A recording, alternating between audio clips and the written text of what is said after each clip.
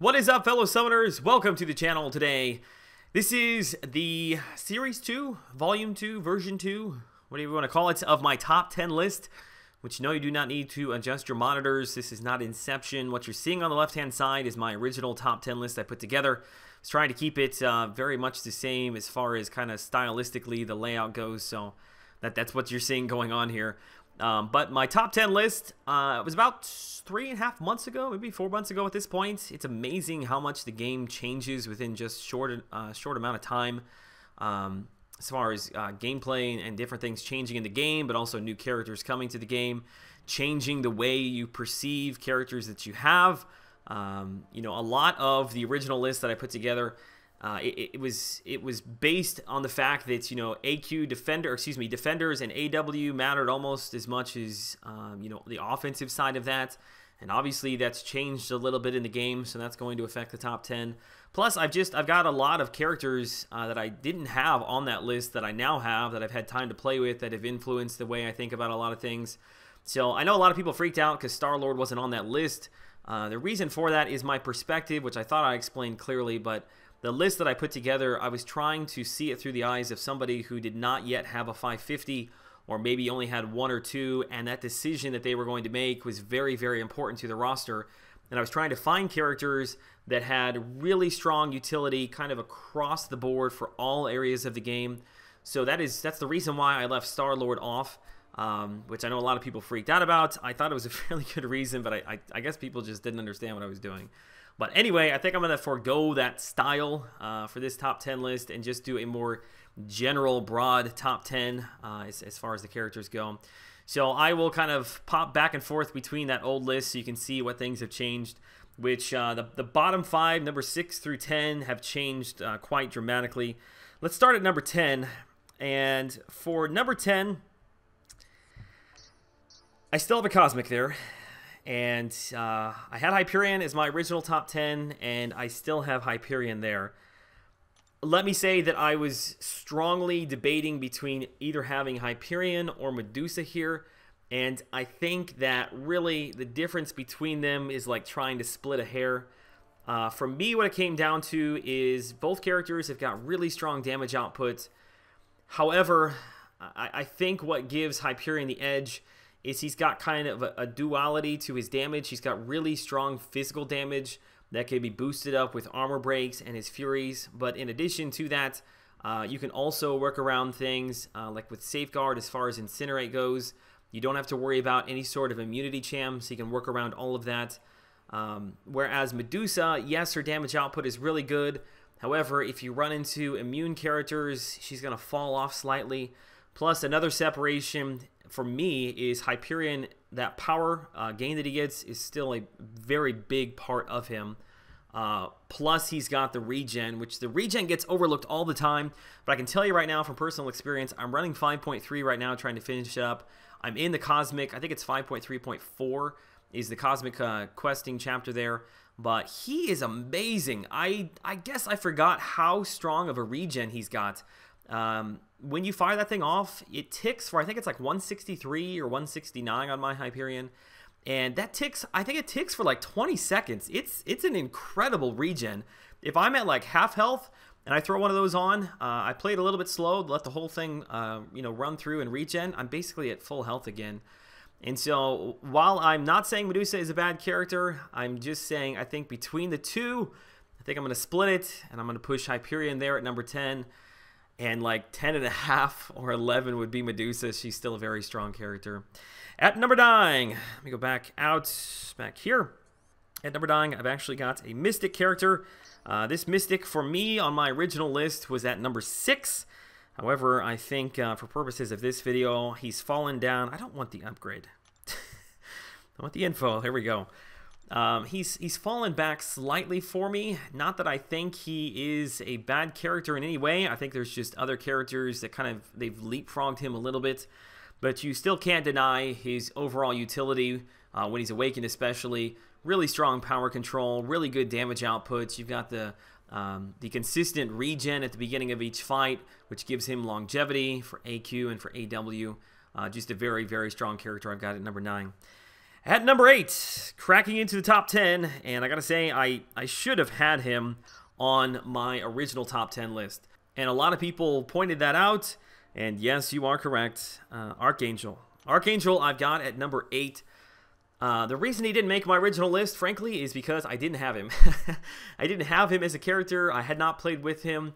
My perception of him was a very high damage output character, and that's kind of where it started and ended with him.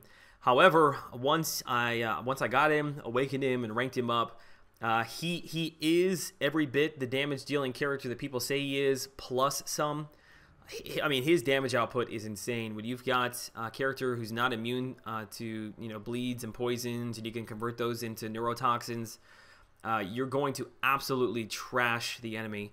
And then when you pair that with what I really devalued a little bit was his signature ability. Yes, it's got the heal block, and that's kind of what I focused on, but you've also got the ability accuracy reduction, which once you've got a couple of neurotoxins on, you can see even at level 10, if you've got 2 neurotoxins, that's 60%. If you've got 3, that's 90%. So that's as good as shut off all ability accuracy at 3 stacks of neurotoxin. But you can shut down things like the power gain from defenders like Mordo.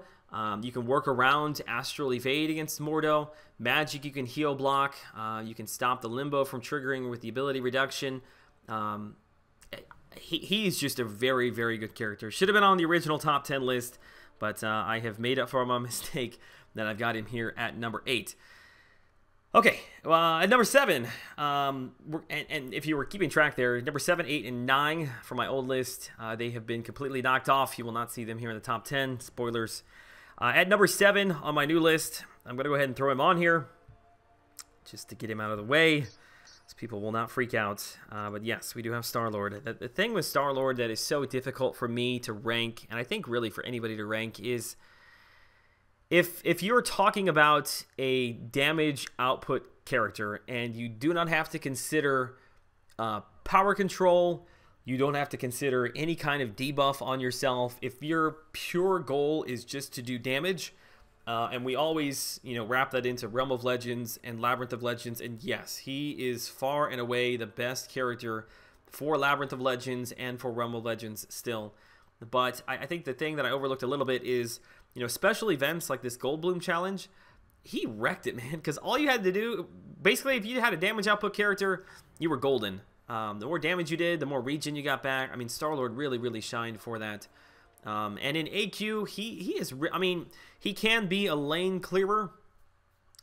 Every time I try to use him, I always find myself screwing up somewhere before I get to the boss. But as far as a boss killer, he is very, very good for that.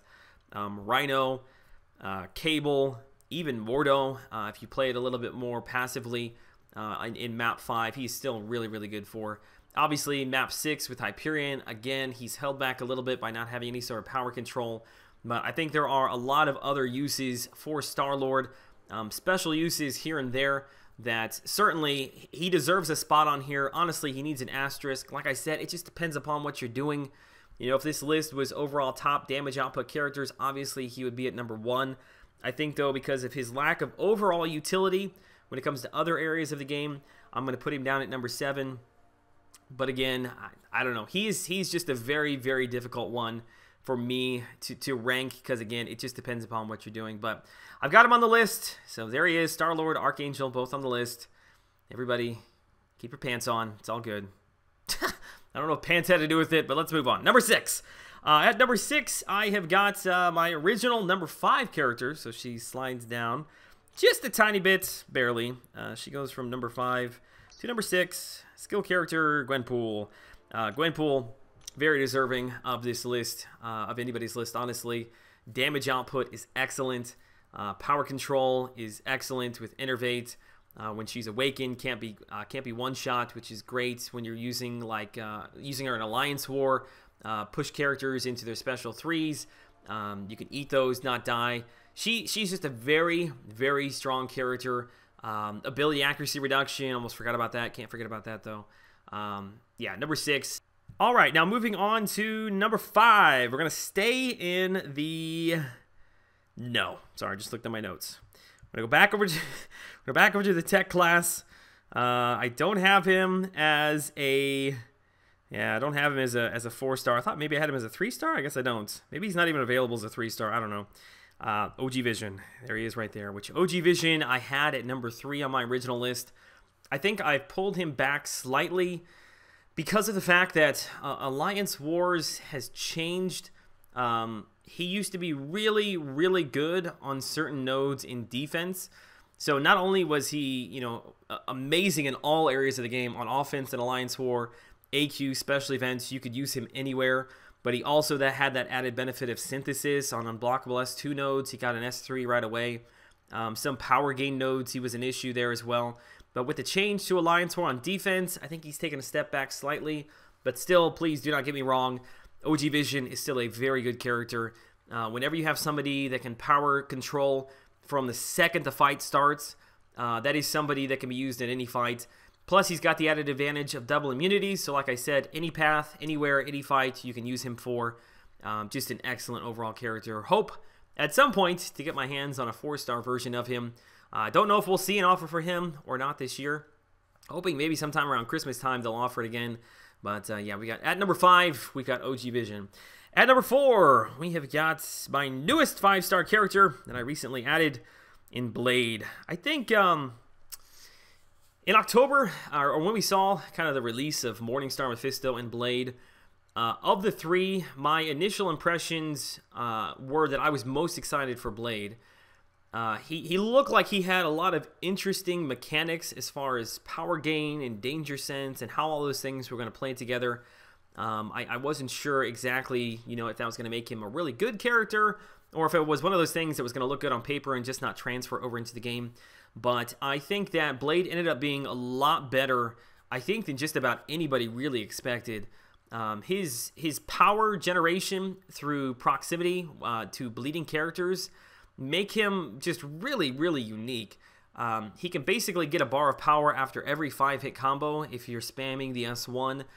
His S2 does a huge amount of damage, has a high crit rate, big chunk of damage, plus bleeds. So from just a purely damage output perspective, I think he was a lot better than I thought that he was going to be, which I'm very happy for. But then I think when you pair that over with the fact that he has amazing regen, I don't have my 5-star Blade Awaken. That's why I'm trying to get through 5.3 to have a chance of getting a 5-star Skill Awakening gem. But the reason why X23 and Wolverine got kicked off this list is because Blade, in my opinion, is now a better version of both of those characters. Not only does he have strong base stats, really strong bleeds, excellent power gain with those bleeds, but he's also got really, really strong regen that you don't necessarily have to, you know, wait and hope that you get a proc, you know, with X23 and Wolverine, which does happen fairly often, but, you know, when you need the regen, you can just swipe back, you can hold it down when he's awakened, and you've got your regen, get you through all kinds of stuff. Excellent for suicide masteries as well. Any sort of like limbo damage, passive damage you're taking, block damage, you can just continue to heal yourself. Degen from Dormammu, just heal yourself, keep yourself in the fight. So for me, he is a now better version of X23 and Wolverine. Plus, he's got Danger Sense, which Danger Sense really can't be overlooked. Dimensional beings activates against. He gets around a lot of their ability accuracy. Great for Magic, great for Dormammu, great for Mordo. I mean, all those fights, he shines. Plus, he's got really, really good synergies that boost that even further. Ghost Rider, Starkey, yeah, he's just a very, very good character. The reason why some of the other characters have fallen down a little bit is because a character like Blade has jumped up there in the top 5. I've got him on my list now at number 4. At number 3, we have got a character that I love playing with, who I actually had at my number 1 spot. Iceman. Right here, Iceman. Do I think that Iceman is not as good as I originally thought? No. In fact, he is probably even better than I originally thought. It's just that there are a couple of other characters that the more I play with them, the more that I see them, I think they've just leapfrogged him a little bit. But Iceman is so good. Damage output is excellent. Cold Snap, Frostbite, converting those over with heavies. The S2 hits really hard. His ice armor allows you to, you know, kind of absorb Stuns, you can eat S3s all day with Ice Armor up. Bleed immune, poison immune, incinerate immune. He was excellent for the boss rush challenge against Mephisto. He's great in AQ, any lane you want to put him on. He's excellent in Alliance War, still a good defender. I think Iceman, again, he's fallen from the #1 spot, but that really doesn't take anything away from him. Still a very, very strong character. I absolutely love playing with him. I take, basically, whenever I'm doing a special event or questing or anything, I've always got him in there. If nothing more for the fact that I just know if I need an immunity champ, I've got him there, plus good damage output on top of that. So, Iceman at number 3. At number 2 is a character that, I don't know, man. I feel like she just keeps getting better and better and better as we get further into the game. I feel like every time there is some sort of special event that comes, or there's a new chapter of Act number 5 that comes out, whatever it is, I feel like we always talk about one of the best characters for that event, whatever it is Magic. And she truly is that good. I have spent a lot of time with her, so I'm sure I'm jaded a little bit that way. But her S2 lockdown is one of the easiest to maintain in the game. It's one of the best in the game. Plus, she's got the power steal. Plus, Limbo. Limbo is overlooked all the time for the amount of regen it gives you back. I cannot tell you the number of times that even just blocking or parry damage will push me into an S1. I just absorb all of that back, keep myself going. Plus, the Limbo damage itself is really not that bad. She's actually a very good option for suicide masteries. If you don't run the poison suicide, but just the bleed, every time you use recoil, even on the S1 and the S2, you actually are regenning a little bit because that Limbo is kicking in and recovering all of that. So, plus she got a little bit of boost with Morningstar, that synergy. She's just a very, very good character. I think, like I said earlier, power control and regen, if you've got those two things, that makes for a very strong character. And she's got power control in abundance, plus her Limbo is kind of a backwards way of looking at heal, but it is there, and it's up a lot. It saves my butt all the time. So, at number 1, this may come as no surprise to anyone. Actually, a character that, like Iceman, when I put him on my top 10 list originally, I actually don't have... I don't have Starkey. I don't have Stark Spider-Man, which, again, kind of like... kind of like OG Vision. He's a character I really cannot wait to get a hold of. He's just got a ton of utility. He reminds me of, like, you look at Archangel and you think, wow, he's got amazing damage output, plus some utility there. Well, Starkey's got that, plus the fact that he is not hampered in any way by immunity champs like Archangel is. Plus, he's got auto evade, which that auto evade that'll get you out of a lot of issues as well. He's like a Daredevil mixed with, I don't know, like an Archangel if he didn't have any sort of immunity issues, but he just cannot be overlooked. When you drop an S2 with poise charges up, they crit for massive amounts of damage, plus the shock value there. People are just trashing Labyrinth of Legacy is killing it. I should say killed it in Labyrinth of Legends with Starkey. Excellent for AQ, boss fights, lane clearing, very good in Alliance War. I don't know what I could say about him that probably already has not been said, but even a little bit of power control. You've got the heavy there. If you do get yourself into a bind, you can drop the heavy. I know it's on like a 20-second timer. It might be a 30-second rundown timer before you can use it again, but you do have some power control there. So I think Starkey, for the time being, until somebody dethrones him, I think is very firmly sitting there at the top spot. Okay, and I'll pull up my original top 10 list here so you can see the difference between the two. Obviously, there wasn't a whole lot of change in the top 5. The only addition was Blade came in, which bumped Gwenpool down. But all the other characters, they just kind of shuffled around, so there wasn't a ton of change there. The big change was in that bottom 5. X-23 and Wolverine, who I kind of lumped together as the same character, got kicked off. Hulk got kicked off. Ghost Rider got kicked off. So Starlord, Archangel, and Blade were added to the top 10. Let me know what you guys think. I'm sure I've messed something up for somebody here. If you don't see your favorite character on here, it doesn't mean that I didn't think about them. Yes, I was considering Scarlet Witch. Like I said, Medusa. I thought about that one as well. I know somebody will talk about Rogue. My favorite thing is when you get comments like, "Well, where's Gamora? Gamora hits really hard." Like, come on, dude, please don't type that. If you're gonna type in "Where's Gamora at," can you please just unsubscribe from my channel right now and do the whole world a favor and just delete the game from your phone? So, anyway, I love you all. Hope you enjoyed the list. If you have any questions, as always, comment section is there for you to type away angrily and let me know where I was wrong at. You can follow me on Twitter. Link is in the description. Join my Discord server as well. We can chat about all of this. Have some fun there. Links in the description. All right, guys. Till I see you all in the next one. Have a great day.